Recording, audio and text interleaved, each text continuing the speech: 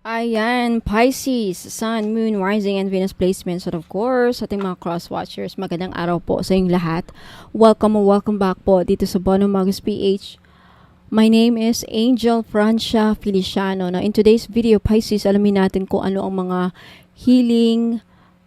anong healing ang magaganap sa inyong buhay sa taong 2025. Now, paalala lang Pisces at sa lahat po ng mga nanonood, lahat ng tarot readings ko dito sa YouTube channel na to ay general reading.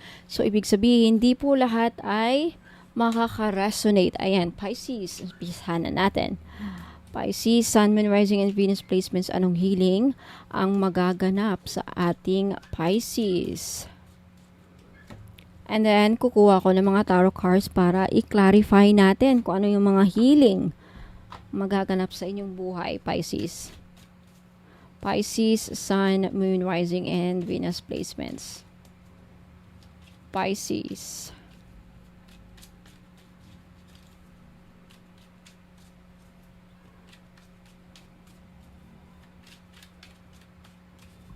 Pisces. Alright, Pisces, first healing na magaganap, change. Anong pagbabago kaya ang mangyayari sa buhay ninyo? Yan. Mamaya isa-isahin natin to Pisces. Change. Next, you have health. Talaga na may healing na mangyayari ang magaganap sa inyong kalusugan, and you have a regret. Pagsisisi. Next, abundance. Pisces. I love that energy. And you have freedom. Last healing, you have purpose. Okay. Clarify natin yan ngayon. Sa change, you have the Eight of Swords. Sa kalusugan or health, you have the Eight of Cups.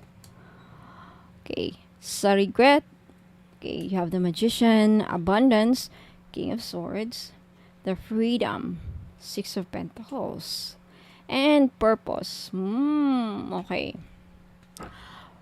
Unang healing na magaganap sa iyong buhay, Pisces, you have change. Okay, for those of you, Pisces, na siguro last year or sa mga nagdaang buwan, nagdaang taon, nagdaang mga araw, feeling mo walang nangyayari sa buhay ninyo, no? Feeling stuck, Eight of Swords, this is the energy kung saan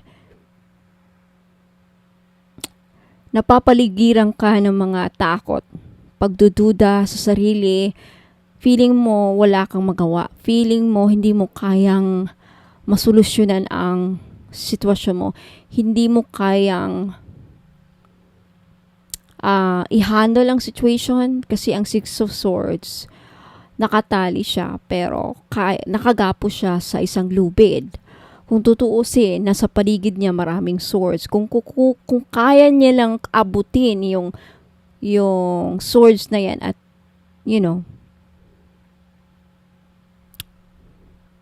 tanggalin yung sarili niya sa pagkakagapo sa lubid, magagawa niya. Kaya lang kasi naka-blindfold siya.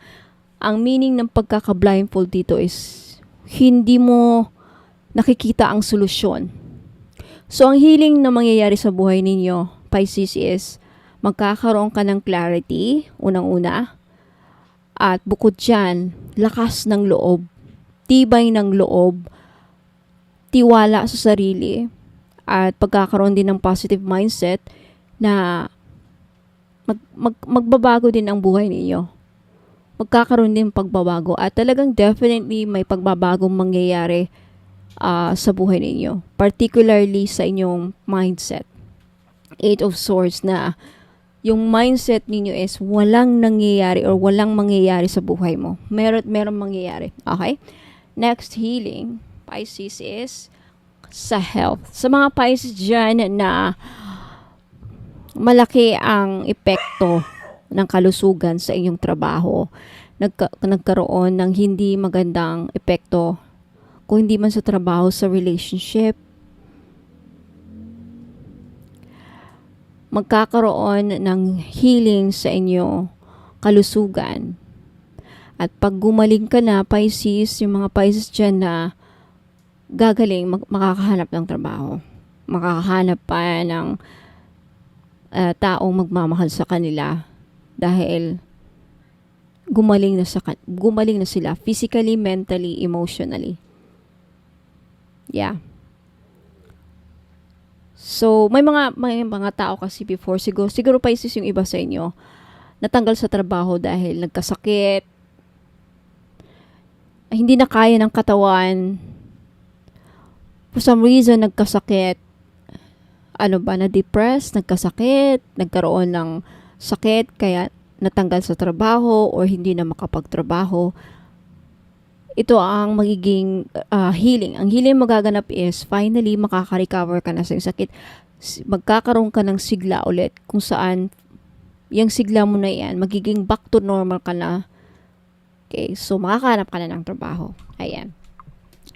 Next healing, Pisces is, okay, sa mga Pisces dyan na nagsisisi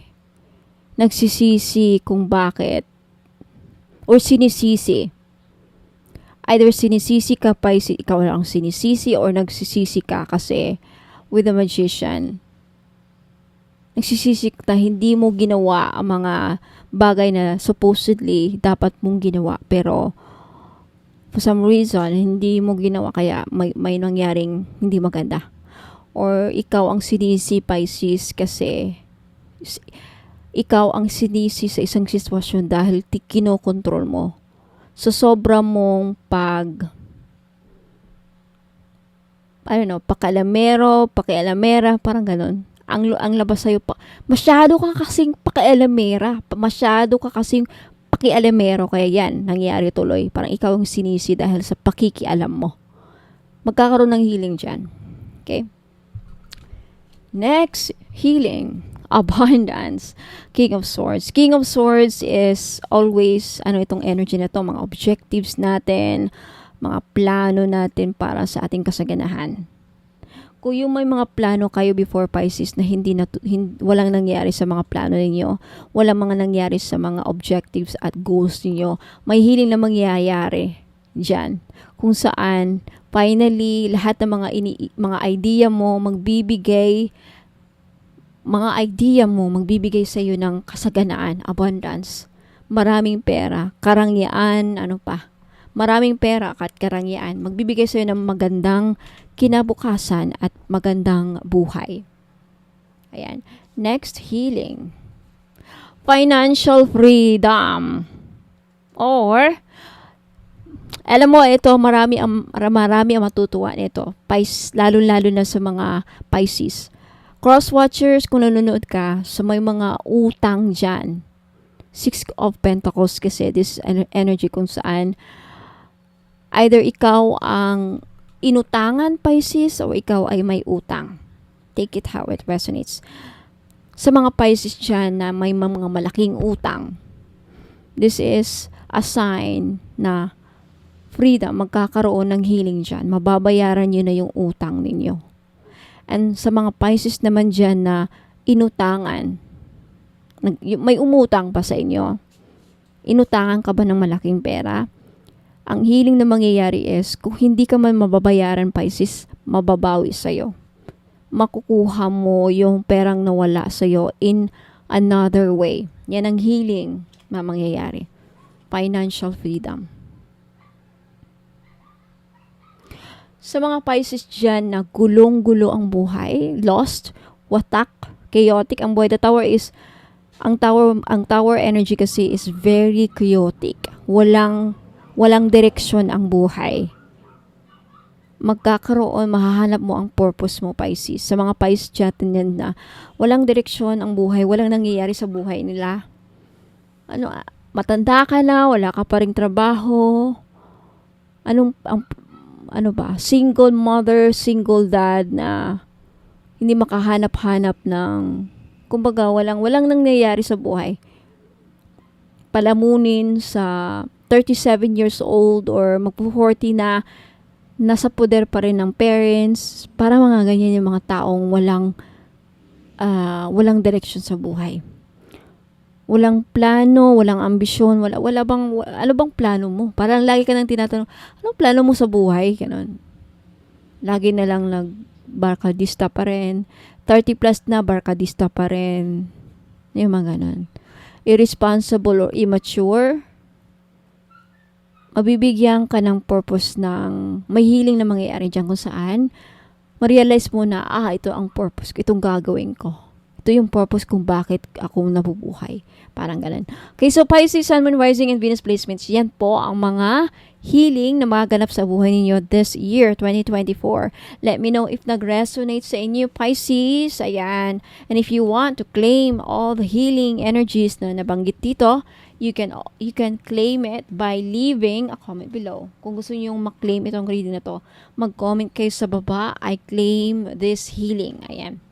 Now, Pisces, sa mga hindi pa po aware, every weekend na po ang libreng pahula dito. So, for those of you na gustong masama sa libreng pahula, just subscribe na po dito sa YouTube channel. And for those of you Pisces and cross-watchers na interesado pong makita, interesado ba kayong malaman, makita lahat ng mga produkto ko? Then, punta lang kayo sa website ko, www.bonhommagos.com. Take screenshot, magkalkal kayo, hanapin yung mga items ko doon. I-click nyo yung mga pictures para makita ninyo ang instructions, paano gamitin, para saan ito, ano ang benefits na makukuha pag ginamit mo, or any information you need to know about the items. Each item andun po sa website ko, www.bonhommagos.com. Mga services na ino-offer ko, magkano ang magpapahula, magkano ang services. Ayan, punta lang kayo doon. And send your screenshot, take screenshot and then send your screenshot sa Facebook page ko. Ang Facebook page link ko makikita dito sa YouTube channel ko or sa website. Andun yung link din.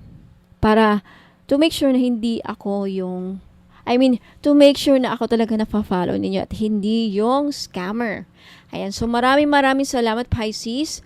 For those of you na gustong malaman yung instruction paano bumili, huwag muna kayong alis, magbabalik pa po ako. Ingat and God bless. Inaanayahan ko po kayo na mag-follow sa akin sa Facebook page. Ayan, sa mga interesado pong makita ang aking mga paninda, lahat ng mga pampaswerteng produkto na binibenta ko, makikita nyo po sa website ko. Okay? Paano po nyo mahanap ang aking website?